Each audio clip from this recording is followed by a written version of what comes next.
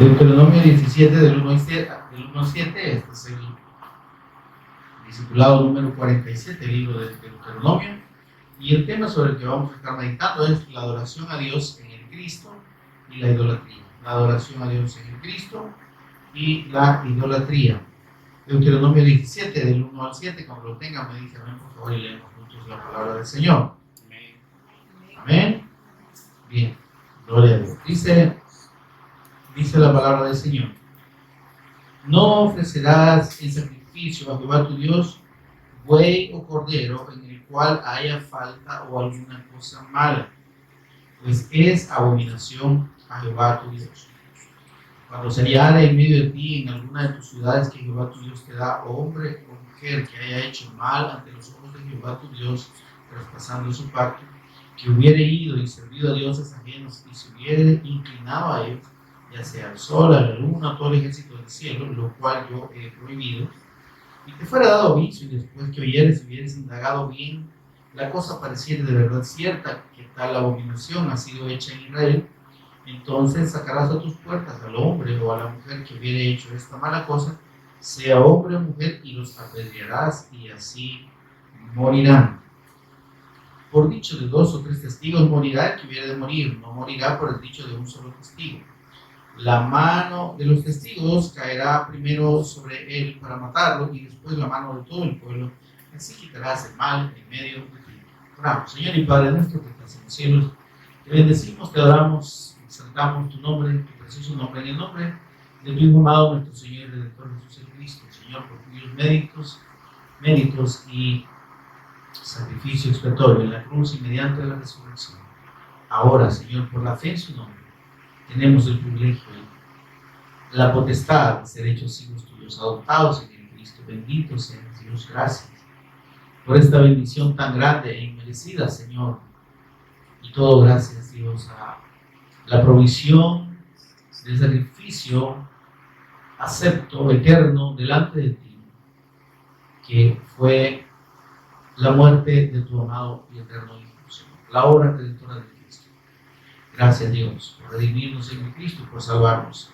Bendito Espíritu Santo, mientras meditamos en tu palabra, por favor, ministranos del principio a fin. Señor, danos sabiduría y revelación en el conocimiento de nuestro Señor Jesús. Instrúyenos tú, Señor, toma el control de palabras y pensamientos, Señor, y que podamos ser edificados en esta fe preciosa que nos has revelado. Por eso es el Cristo, nuestro Señor y Redentor, lo pedimos. Amén y amén. Pueden permanecer en pie. Me sientan. Bueno, amados, tenemos en esta porción de la Escritura un par de instrucciones que pareciera que son un poquito por un lado sin mucha relevancia, y por otro sí como muy extrema, ¿verdad? Se habla primero de que no hay que ofrecer a Dios, dice, en sacrificio buey o cordero en el cual haya falta o alguna cosa mala, que es abominación al Señor. Y luego dice, si alguien fuere sorprendido en acto o en hechos de idolatría, ¿verdad? Pues dice que debe ser juzgado y debe ser muerto, y que esa es una abominación que debe ser quitada delante de Dios, y que la única manera de quitar esa abominación es mediante la muerte por apedreamiento. Amén. Ahora, lo que nos está el Señor recalcando es un hecho que desde el principio el Señor dejó claro en relación a la obra del Cristo. Cuando Él definió qué animales serían limpios, ¿verdad? Pues también incluyó los animales que podían ser ofrecidos en sacrificio. Cuando el Señor sacrificó animales para cubrir la desnudez de Adán y Eva, lo hizo precisamente con animales limpios. Amén. En aquel momento el mundo no estaba contaminado con el pecado, con el mal, y por tanto los animales no habían sufrido todavía los efectos del pecado y del mal, porque recordemos que ese hecho afectó a toda la creación. Por tanto, el Señor tomó un animal o un par de animales sanos, sin ningún defecto, sin ningún daño físico. Amén. Entonces, y cuando más adelante el Señor establece ya los sacrificios para su pueblo, el primer sacrificio que ordena, recordémoslo allá en Éxodo capítulo 12, fue el sacrificio del Cordero de la Pascua. Amén, hermano. Hasta antes de ese tiempo, sí, el Señor, por ejemplo, a Abraham le dijo que sacrificara 3 tipos de animales, ¿verdad? Y que los matara y los pusiera delante del Señor. Pero ya cuando establece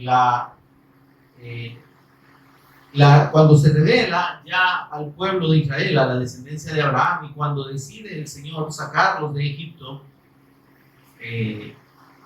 liberarlos de esa esclavitud, liberarlos de la opresión de Egipto y liberarlos de Faraón, entonces el Señor dice, recordemos Éxodo capítulo 12, ¿verdad? Cada familia dice va a preparar o a separar un cordero. Revisémoslo rapidito para que recordemos la primera instrucción que Dios da aquí en el libro de la ley. El libro de la ley, recordemos que son los primeros 5 libros de la Escritura, o la ley de Moisés, la Torá, el Pentateuco, que así le llaman también. Amén. Los judíos lo conocen como la Torá, o la ley de Moisés. Pero veamos aquí, miren. Dice, versículo 3, hablad a toda la congregación de Israel diciendo, en el 10 de este mes, tómese cada uno un cordero, según la familia de los padres, un cordero por familia. Versículo 5. Aquí viene la primera instrucción de parte de Dios sobre las características que debía tener los sacrificios ofrecidos a Él. Amén. ¿Qué dice? El animal será sin defecto, macho de 1 año, lo tomaréis de las ovejas o de las cabras. Entonces, Dios enfatiza este aspecto de que no tenga defecto. ¿Y el defecto a qué se refiere? Pues a que estuviese enfermo, a que estuviese dañado, a que tuviese algún daño físico, una pierna quebrada, un ojo dañado, una oreja, etc. Algún daño, alguna lesión, por así decirlo, en su cuerpo. Y enfermo, mucho menos, ¿verdad? Entonces, dice, el animal será sin defecto. En otras partes de la Escritura dice sin tacha, ¿verdad? Es decir, sin nada que pudiera ponerlo en condición de no estar limpio, de no ser un animal sano y limpio. ¿Está conmigo, hermano?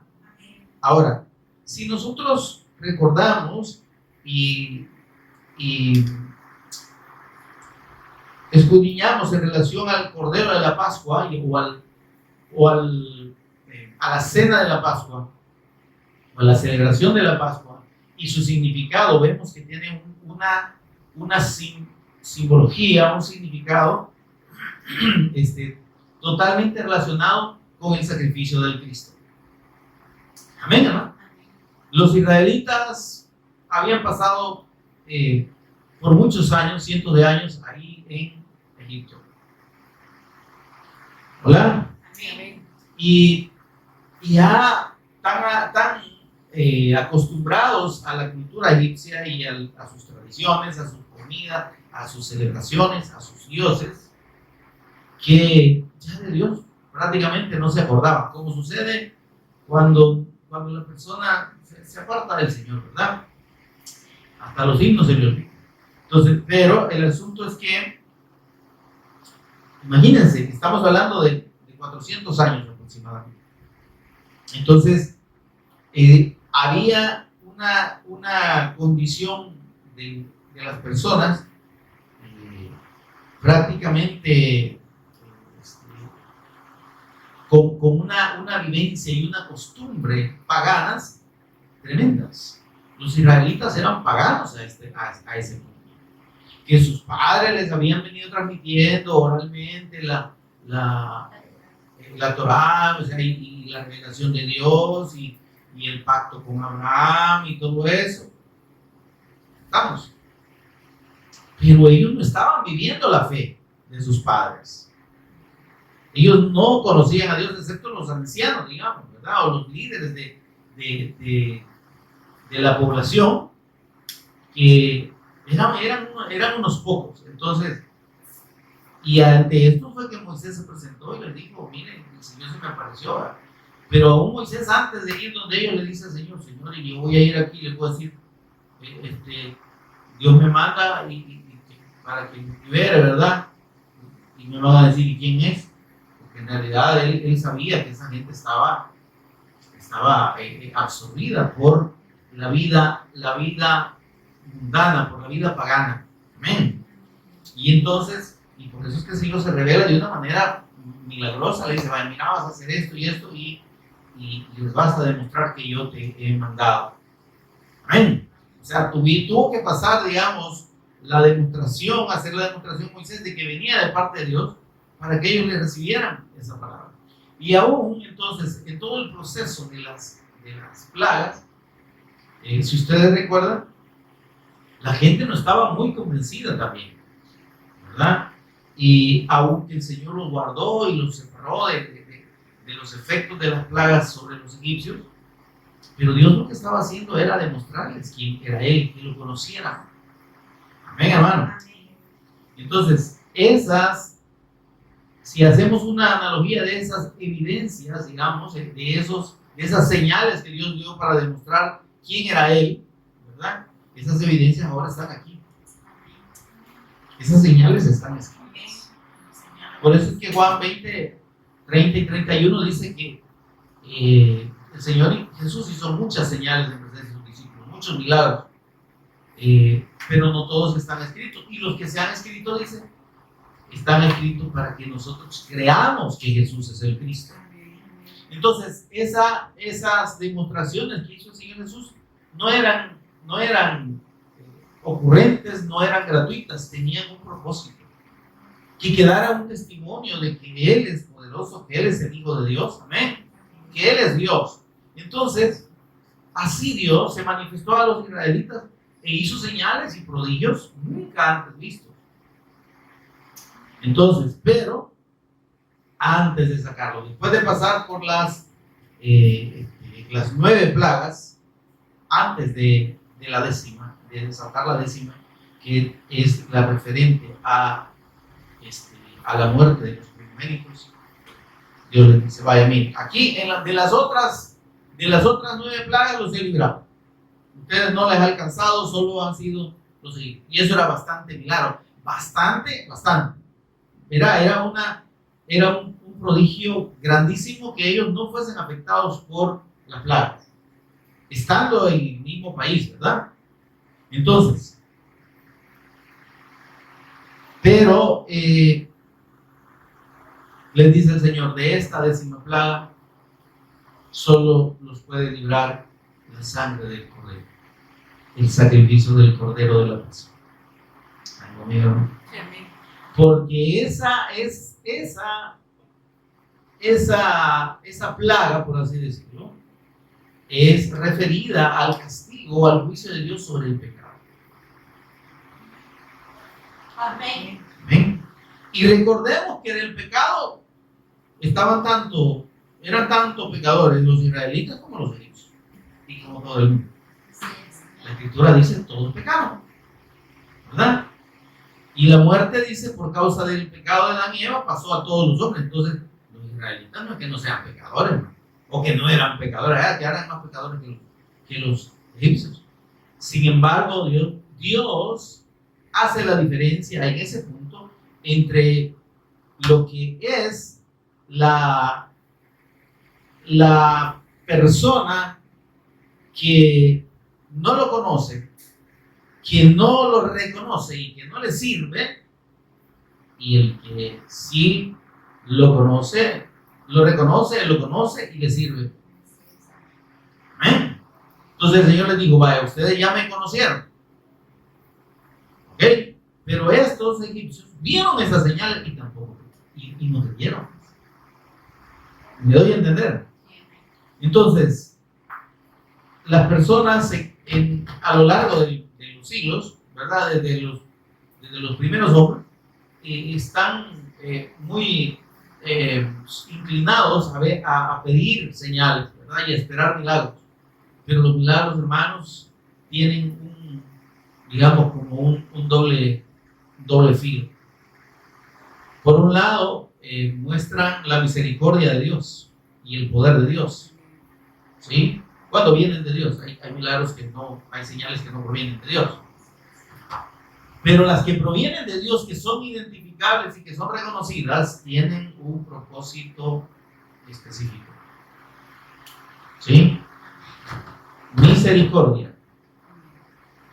Y esa misericordia de Dios debe llevar o producir arrepentimiento en el que lo ve, en el que lo vive. Hola, hermano. Debe, hermanos, debe. Recordemos los 10 leprosos, ¿verdad? Los 10 fueron sanados, pero solo uno creyó. ¿Y qué cree usted que pasó con nosotros 9? ¿Cree usted que Dios no los iba a juzgar por haber visto el poder de Dios, las obras de Dios, haberlas palpado, hermano, y desechar al Cristo? Ese es el detalle. Las personas que ven y reciben milagros, óigame, están mucho peor, o están en una condición de juicio mayor que las que nunca han recibido un milagro.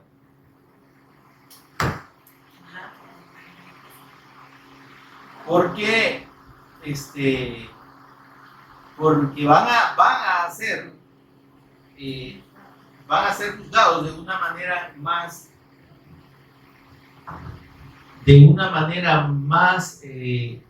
fuerte, en el sentido, ok, ¿y qué pasó? ¿Verdad? Entonces, así como Dios mandó esas señales a los egipcios, Dios fíjese que en cada una de las plagas tuvo el propósito de derribar la idolatría de los egipcios. Todo iba orientado a los dioses que ellos tenían. El Nilo era un dios para ellos, ¿verdad? Las ranas, los piojos y todo eso tenían relación con un dios de la salubridad, ¿verdad? Y así, cada plaga tenía el propósito de Dios de desmontar a los ojos de la gente incrédula, por cierto, ¿sí? Desmontar su falsa fe en dioses falsos, ¿sí? Porque ellos eran idólatras, igual que los israelitas, ¿verdad? Hagamos la declaración, pero veamos que para Dios lo que cuenta es cuando el hombre comprueba y, como dije, reconoce la obra de Dios, y ese reconocimiento lo lleva al arrepentimiento. ¿Eh? Cuando Dios mandó al profeta Jonás a anunciar el juicio por la maldad de Nínive, de los ninivitas, ¿recuerda usted? Ya el juicio estaba dictado. De aquí a 40 días Nínive será destruido, ¿verdad? Y Jonás era de aquellos estilo de este señor del cuerno, ¿no? Aquellos que les gusta ver a la gente chicharrada, ¿verdad? Y Jonás quería ver descender fuego del cielo y que todos se chicharraran. ¿Ok? Así como a veces, digamos, en un sentido figurado, nosotros expresamos, ¡ay! Cae el juicio de Dios. Es que no es eso lo que, a lo que hemos sido llamados. Amén. Entonces la misericordia ante todo. El evangelio es un mensaje de misericordia. Entonces, cuando entonces esta gente, oyendo el mensaje, solo oyó el mensaje, incluso no vio un portento de parte de Dios, pero vio la señal, vio al Señor que pasó ahí, así agachado, que ni quería hablar, pero iba diciendo de parte de Dios una palabra. Entonces reconoció la palabra de Dios, y el reconocimiento de esa palabra lo llevó al arrepentimiento. Y el arrepentimiento que produjo la misericordia de Dios y el perdón para esa gente. ¿Ven? Entonces, en los egipcios pudo haber pasado lo mismo. Cada egipcio pudo haber reflexionado y dicho, ¿y esto qué pasa, verdad? Porque había evidencia de que venía de parte de Dios y Moisés lo hacía público, ¿verdad? Y derribó todo lo que los egipcios tenían como grande, pues, ¿verdad? Y humilló a los ídolos de los egipcios, pero no creyeron. Faraón vio y no creyó. Él siguió creyendo que era la mamá de Tarzán, ¿verdad? Y a él, o sea, mire esto, qué triste. Cuando las personas tienen endurecido el corazón hacia la voluntad de Dios, reaccionan de una manera, podría llamarla yo causal, ¿verdad? Ven la señal, ¿verdad? Ven el prodigio y tienen miedo y se asustan. Y con ese susto, ay, sí, ay, perdón, yo ya no vuelvo, ya no sigo, ya, ¿verdad? Me arrepiento. Pero en realidad no hay fe en su corazón. Si usted revisa el relato de las plagas, Faraón le decía a Moisés, no, mira, vaya, pues ya estuvo, mira, me ganaste, ¿verdad? Ya lo voy a dejar ir. Y después volvía a lo mismo. ¿Ah? Entonces,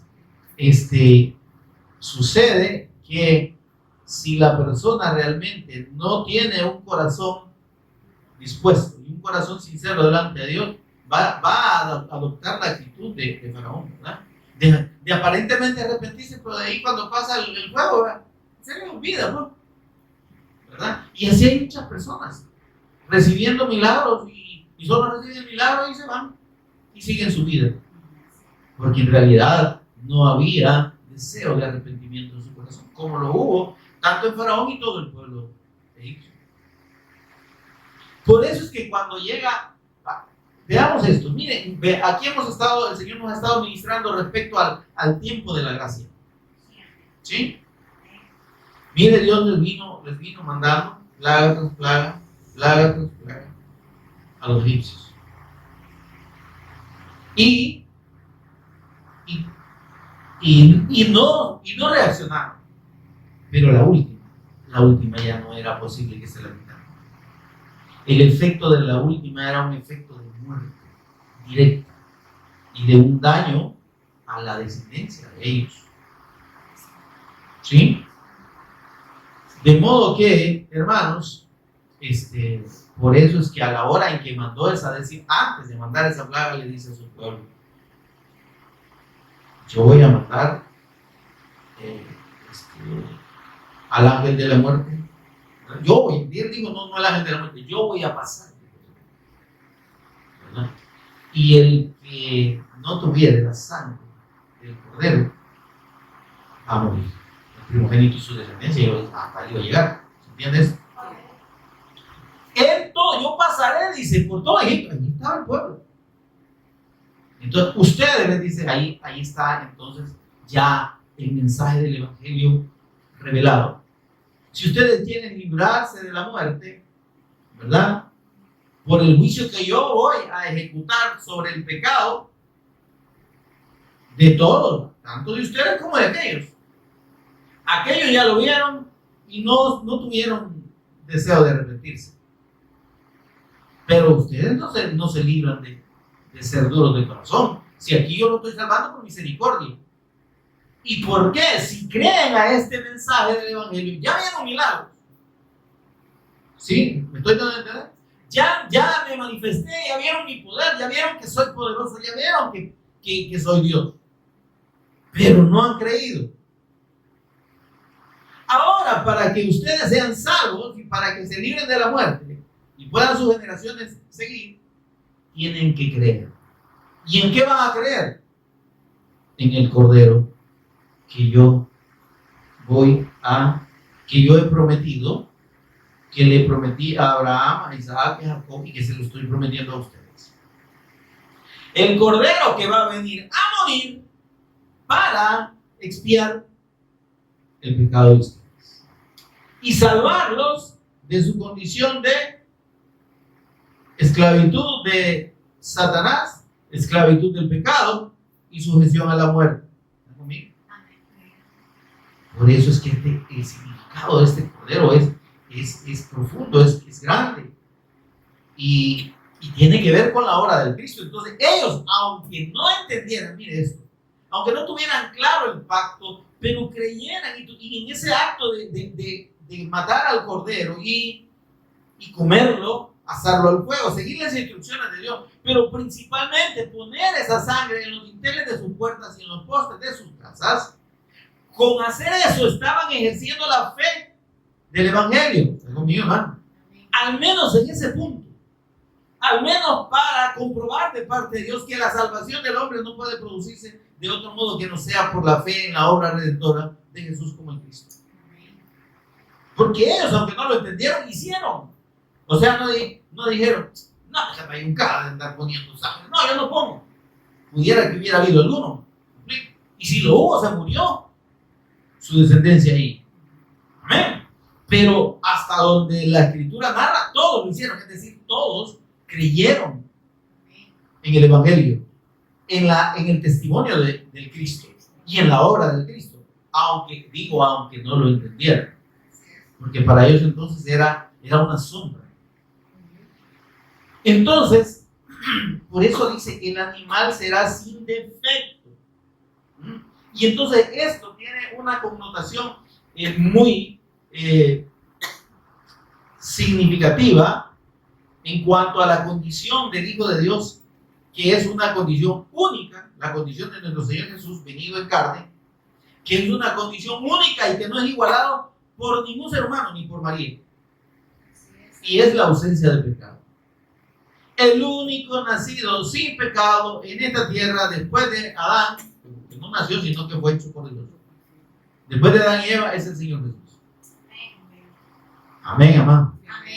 Dios dio testimonio diciendo allá en Lucas 2,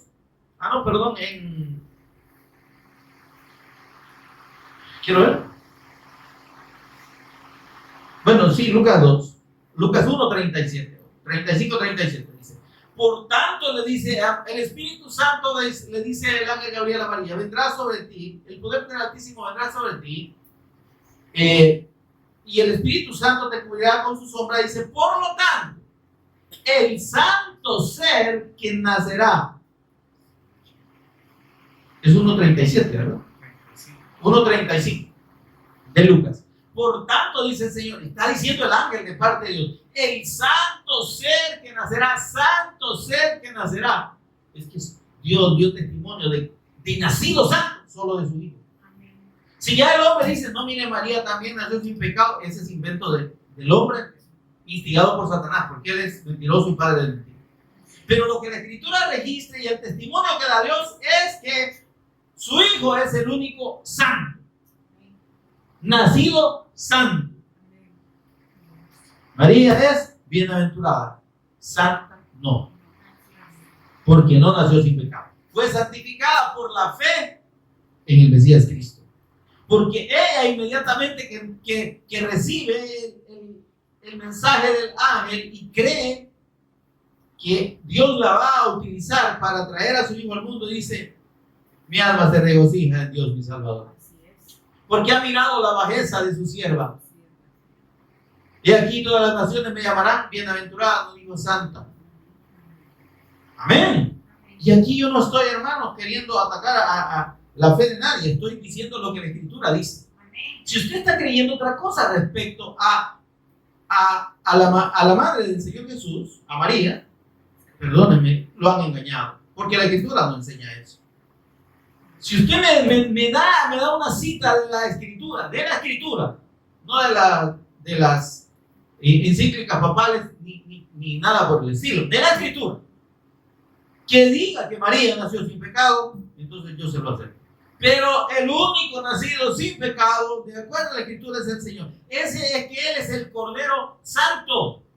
Amén. Él es el Cordero, este Cordero que dice sin defecto, es el único. Amén. Porque solo Él podía ser sacrificado en esa condición de santo, de perfecto, de sin tacha. Ese sin tacha equivale a que no había pecado en Él. Y la Escritura da testimonio abundante de eso, ¿verdad? 1 Corintios 5:21 dice que al que no conoció pecado, por nosotros lo hizo pecado. Isaías 53:9 dice que, veamos lo que dice Isaías 53:9 acerca del Cristo. Miren, aunque nunca hizo maldad, hablando del Cristo, ¿sí? Amén, ¿está conmigo? 53:9, la segunda parte dice, aunque nunca hizo maldad. ¿Cómo era el Señor Jesús? Si no hizo maldad, hermana, bueno. ¿Y quién es el único bueno? De acuerdo a las mismas palabras del Señor Jesús y de acuerdo al testimonio de toda la Escritura, Dios.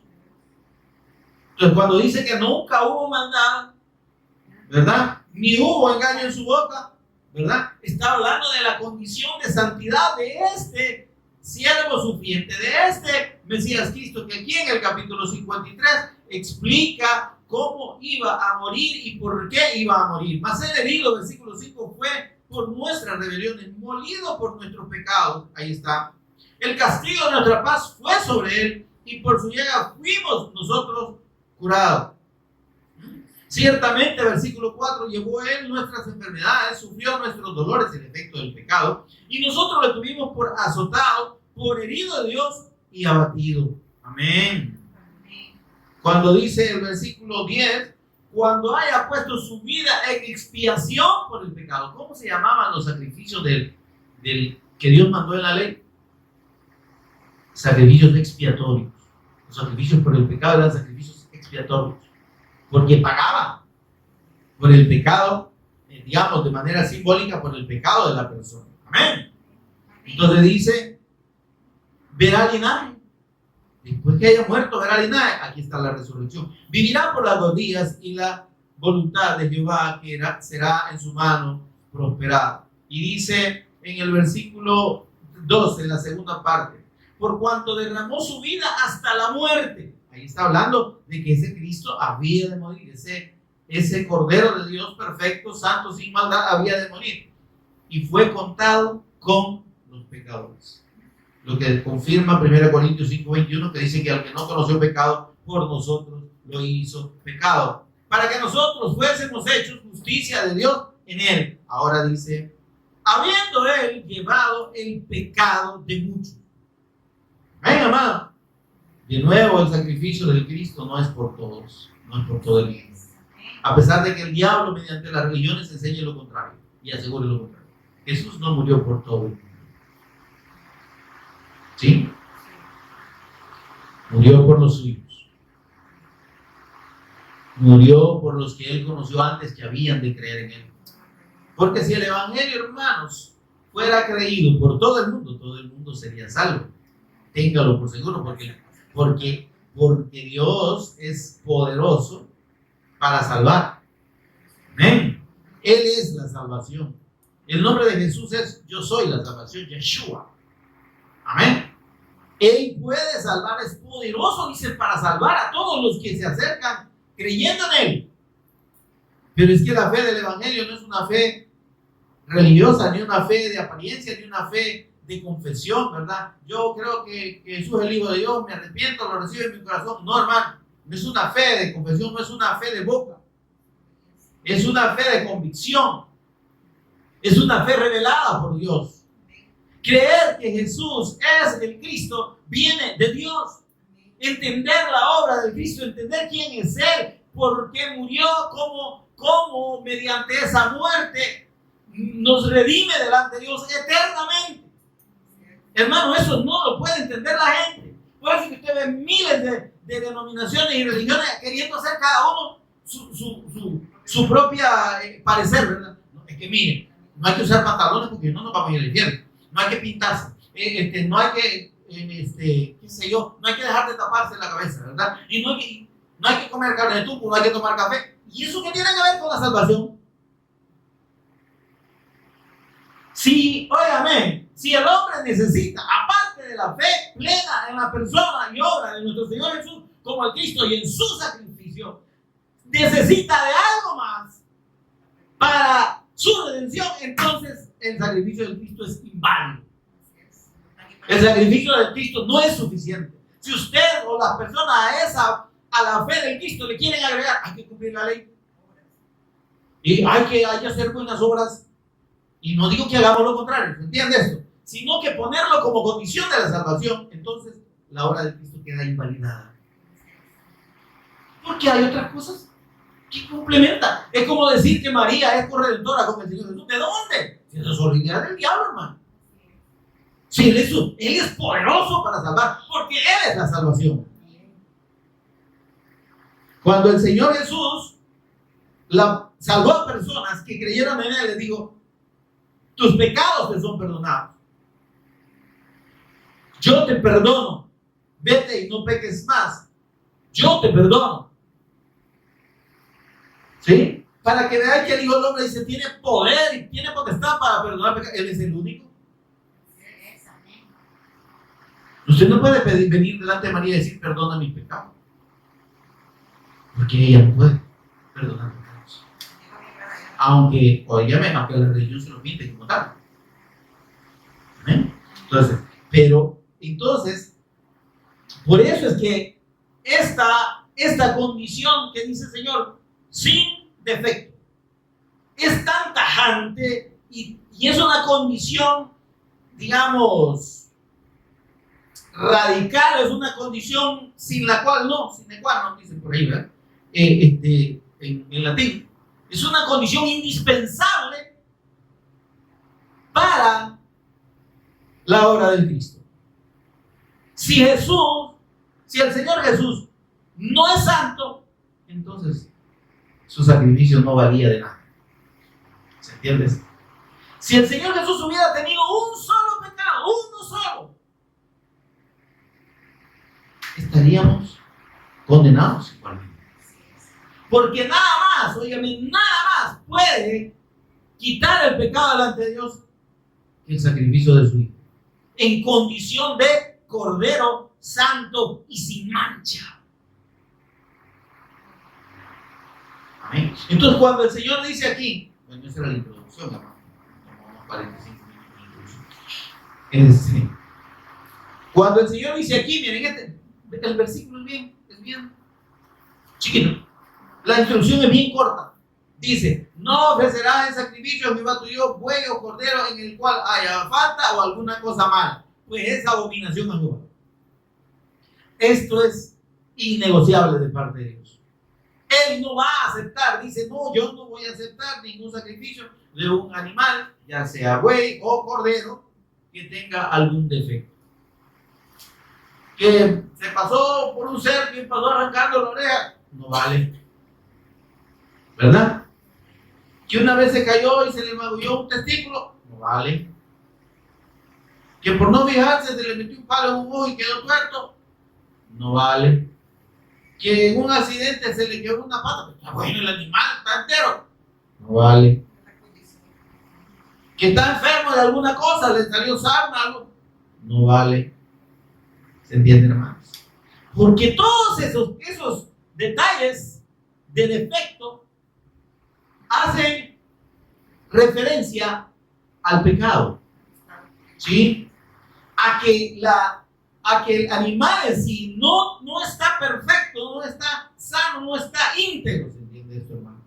Entonces, ese énfasis de Dios es para demostrar precisamente que su Hijo sí iba a cumplir. Amén. Así es. Gloria a Dios. Ahora, entonces cuando el Señor dice, no me ofrezcan el sacrificio animal con defecto, está haciendo un énfasis para nosotros en que nuestra fe no puede ir más allá de lo que la revelación del Hijo de Dios nos ha sido dada. ¿De quién es Él? Si yo, hermanos, aparte de la fe en el Señor Jesús como el Cristo, creo que tengo que hacer algo más. Creo que hace falta algo, es decirle, ese sacrificio era defectuoso. Yo le estaría ofreciendo a Dios una fe incorrecta, una fe que Dios no hace. ¿Se entiende eso? Por eso dice, no ofrecerás en sacrificio a Jehová tu Dios. ¿Amén? Esto es presentar estos sacrificios era un acto, una expresión de fe del que hacía ese sacrificio. No creyendo que la muerte del animal lo iba a librar, no, estaba confirmando delante de Dios su fe en el Cordero perfecto que había de venir. Amén. Y entonces, aquí es donde entonces, hermano, Dios es claro y dice, si me ofrecen otra cosa, ¿me estoy dando a entender?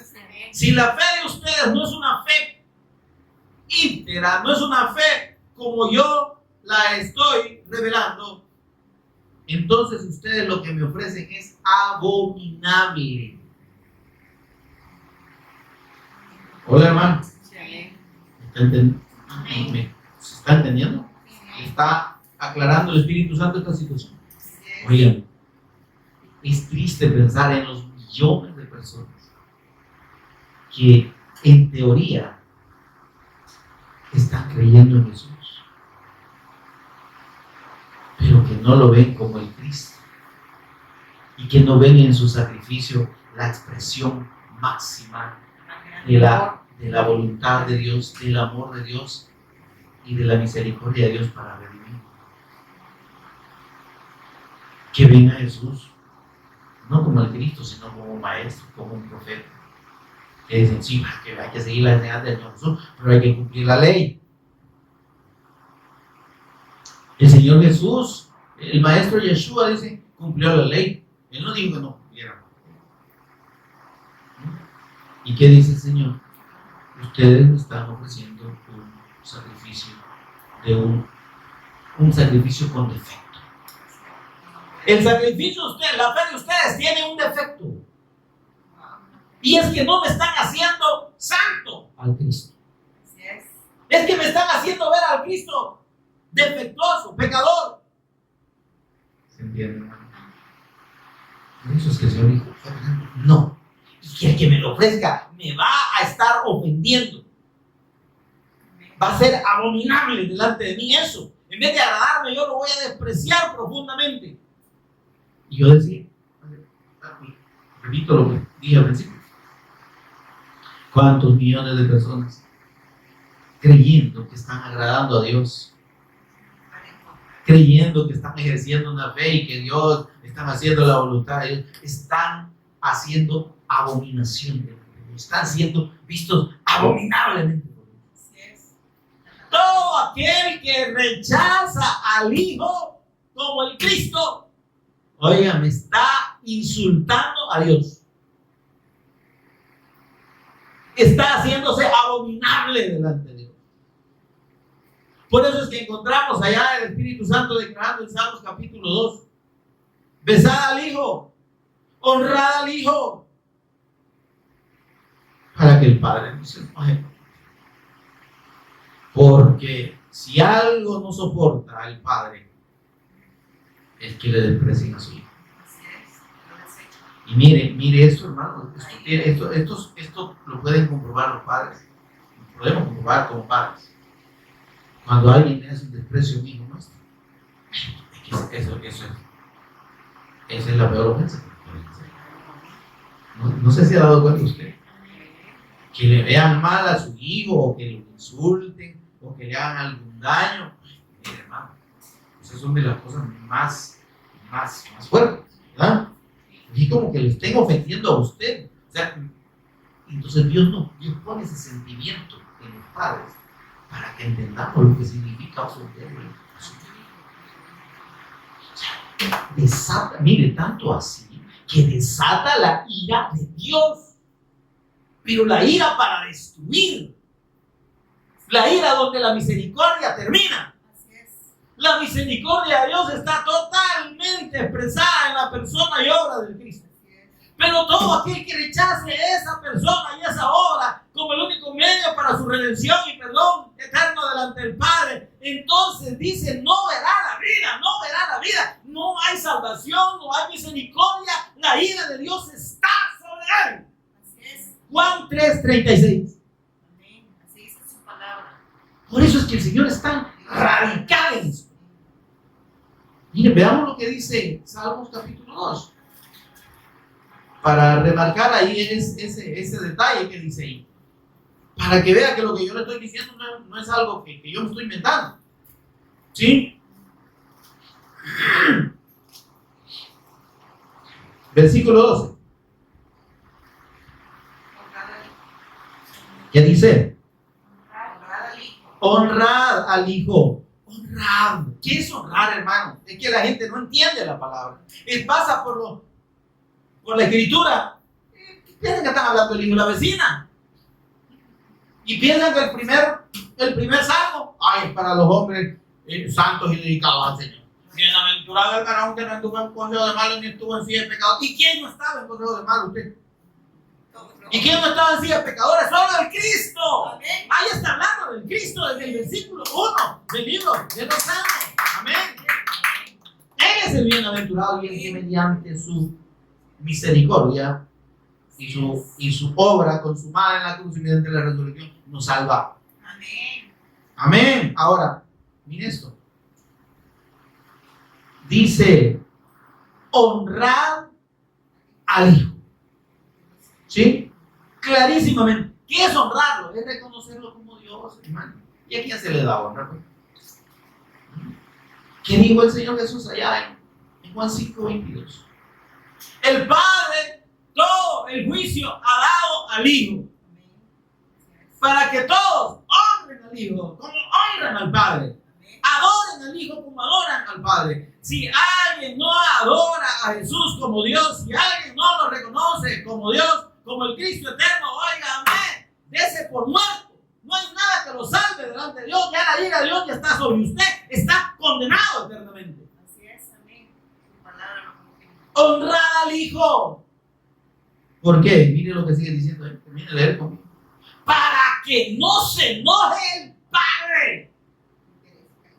Es que, hermano, ya le dije, si hay una ofensa, y aquí vamos a lo que el Señor Jesús mismo confirmó, el pecado imperdonable. Así es, la blasfemia. Dice la blasfemia contra el Espíritu Santo. Y dice la gente, no. Por eso es que no hay que andarse burlando de las manifestaciones del Espíritu Santo. Mire, lo que es del Espíritu Santo está bien, pero esas manifestaciones que usted dice que son del Espíritu Santo no son del Espíritu Santo. Y aparte, eso no es el pecado imperdonable. ¿Sabe cuándo las personas cometen el pecado imperdonable? Cuando no creen al testimonio de Dios que está en toda la Escritura acerca de nuestro Señor Jesús, siendo el Cristo, ¿sí? Y no creen en Él. Porque no creen al testimonio de Dios, entonces lo están tomando como mentiroso y eso es una blasfemia. ¿Por qué el Espíritu Santo? Porque el Espíritu Santo dice la misma Escritura, que es el que inspiró la Escritura. ¿Está conmigo, hermana? El Espíritu Santo sopló esa palabra que ahorita está escrito la inspiró al corazón de los santos varones de Dios, de los profetas del Antiguo Tiempo. Fue el Espíritu Santo. Todo esto que está aquí, resumido, Y plasmado es verdad eterna de Dios. Es el testimonio de Dios. El que rehúsa creer en el Hijo está rehusando creer en el testimonio abundante que Dios da desde Génesis hasta Apocalipsis de que su Hijo es el Cristo y Él es Dios y es el eterno ungido de Dios. Y si usted al testimonio que el Espíritu Santo da, si la gente al testimonio que el Espíritu Santo da, que está, como les dije, contenido en toda la Escritura, si a ese testimonio no cree y lo da por mentiroso, blasfemó contra el Espíritu Santo y no tiene perdón en esta vida. ¿Por qué? Porque la única manera de recibir perdón es creer que Jesús es el Cristo. Y como dice Salmos 2, honrarlo. Honrarlo. Honrarlo. Y honrarlo, además de adorarlo, es respetarle, hermano. Es amarle. Entonces, aparte del hecho de que nuestra fe esté correctamente ejercida en el Cordero de Dios, en el Cristo, también debemos entender que lo que nosotros hacemos para el Señor debemos hacerlo de corazón y debemos hacer dando lo mejor. ¿Saben de eso? Eso aplica.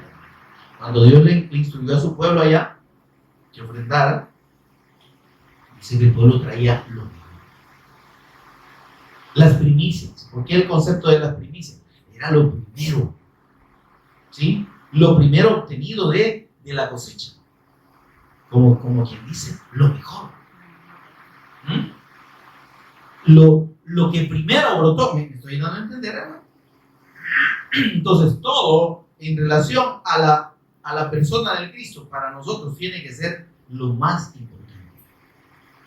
Por eso es que tanto, óigame, tanto lo que hacemos en términos aquí en la iglesia como lo que hacemos fuera, que hacemos para el Señor, debemos entender que debemos hacerlo con excelencia. Amén, hermanos. No hacemos lo que hacemos para que los pastores nos vean y nos feliciten y nos den la gracia. Lo que usted haga.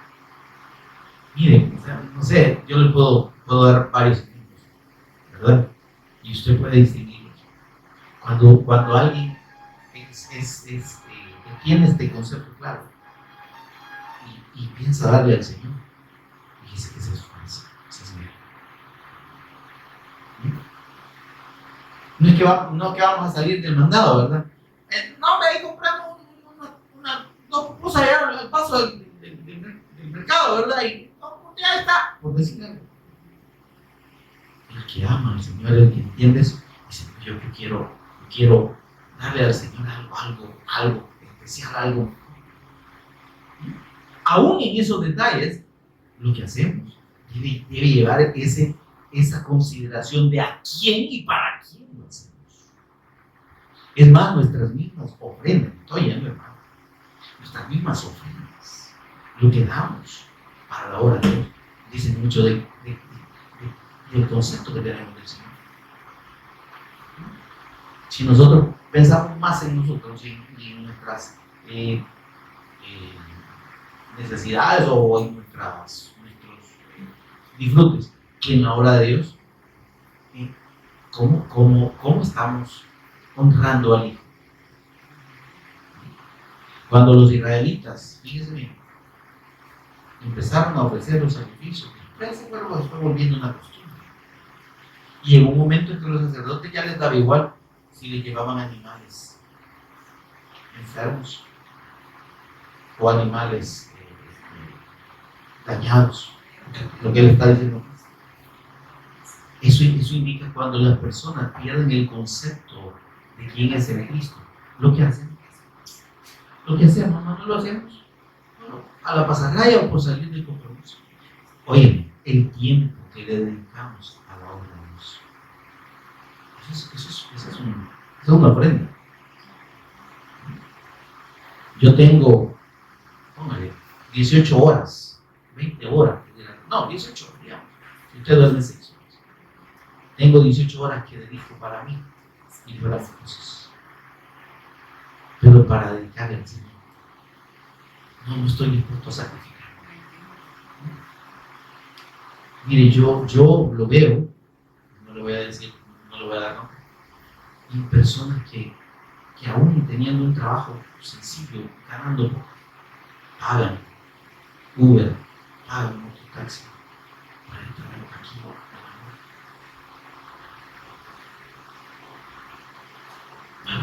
Pagado taxi. ¿Se entiende eso? Y usted podría decir, no, pero es que mí. Es que si nosotros sabemos quién es el Cristo, por qué lo adoramos y quién es Él, lo que le debemos todo. Entonces, nuestra actitud es diferente. No me importa si solo para eso, ¿verdad? Pero yo quiero estar, yo quiero honrarlo, yo quiero oír, yo quiero recibir. Personas tal vez que no tienen para el pasaje, por decir algo, pero caminan y van bien. No le contara de lo que nosotros hemos pasado, mi esposa alguna vez hemos hablado. Sin dinero, literalmente nos íbamos para la casa. Ni para comer, ¿no? A la salida de los cultos. Y porque no teníamos la plena revelación de Cristo. Pero es que, dice el Señor, hombre nadie. Hombre. Honremos al Señor, hermano. Honrémosle no solo con la boca, honrémosle con nuestra dedicación a Él. ¿Qué le doy yo al Señor? ¿Cómo me esfuerzo? ¿Cómo estoy dispuesto a sacrificar mi bolsillo, por así decirlo, mis finanzas para el Señor? ¿Se entiende eso? ¿No? Yo le estoy diciendo lo que aquí dice la palabra del Señor. Ya el Espíritu Santo le irá a ministrar a cada uno en lo que estamos fallando, porque todos fallamos al Señor. Yo no me vengo aquí a dar, a hacer alarde de perfección. No, hermano, le fallamos al Señor. Mire, cuando tenemos que hacer una presentación para el trabajo,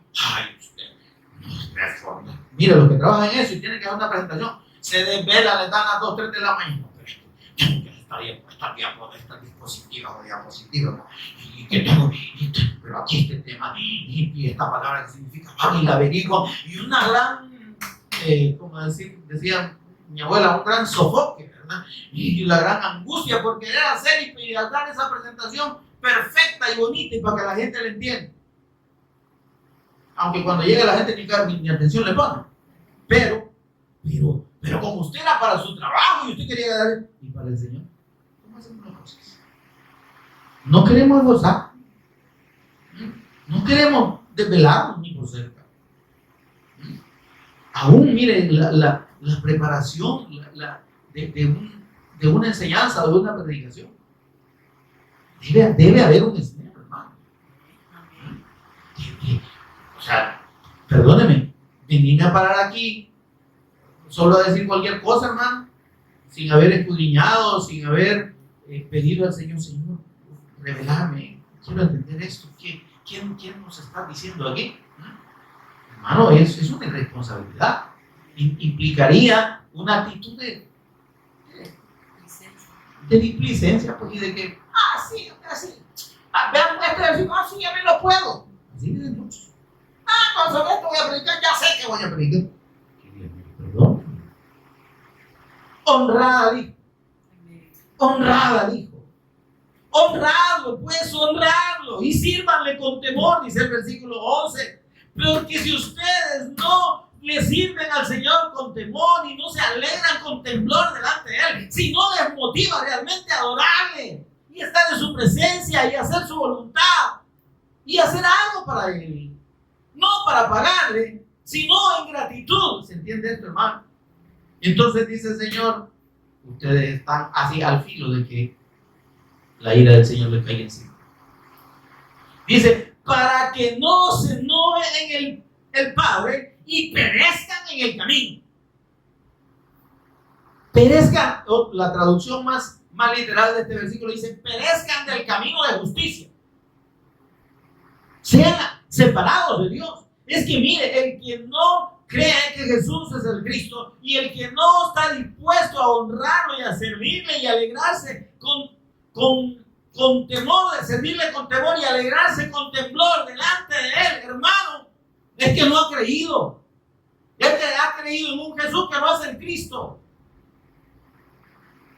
Porque dice, se inflama de pronto su ira. Tal vez el juicio no le va a caer no nos va a caer ni un solo. Pero en cualquier momento va a caer un zapotado que ni la placa vamos a ver del carro que nos atropelló. Digo, pues estamos hablando en un sentido figurado. ¿Me estoy dando a entender? Por eso dice, bienaventurados todos los que creen en Él. Entonces el propósito de Dios era que el pueblo creyera en el Cordero prometido, pero que creyera entendiendo quién era Él. Y para entender quién era Él, el sacrificio debía ser perfecto. El animal ofrecido no debía estar malo, no debía tener defecto. Ahora, mire cómo este sacrificio del Cristo lo vamos a seguir. De veras, esto es bien extenso. Lo vamos a seguir viendo, Dios mediante, la próxima semana. Pero vamos a ver cuando el Señor, allá en la eternidad, le dice al Padre, sacrificio y ofrenda no quisiste, pero me preparaste el cuerpo. Porque en ese cuerpo iba a ser ofrecido o consumada la expiación por los pecados del mundo, de todo aquel que cree en Él. Bienaventurado. Aquí estamos los bienaventurados de Mateo 5. Bienaventurados todos los que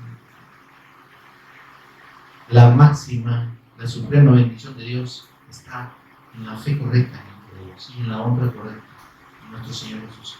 Como el Cristo, seguimos la próxima semana. Pónganse en pie conmigo, hermanos, y oramos para dar gracias al Señor, mi Señor y Padre, que estás en los cielos. Bendito tu nombre por siempre. Señor, gracias por amonestarnos. Precioso Espíritu Santo, gracias por esta exhortación. Señor, ayúdanos a entender. Y entendiendo, Señor, a ejercer la mejor actitud, la actitud correcta, que te honre, que te glorifique, Señor, y que dé gloria a tu nombre como el Cristo realmente, como nuestro Señor y nuestro Redentor. Señor, por favor, que podamos tener la actitud correcta. Señor, que sepamos cómo honrar a Dios y cómo en cada detalle de nuestra vida, Señor, podemos estar pasando por alto honra de vida a tu nombre, Señor. Ayúdanos, por favor, y perdónanos si hemos estado cayendo, Señor. Ayúdanos a entender que para ti debe ser lo mejor en todo, Señor.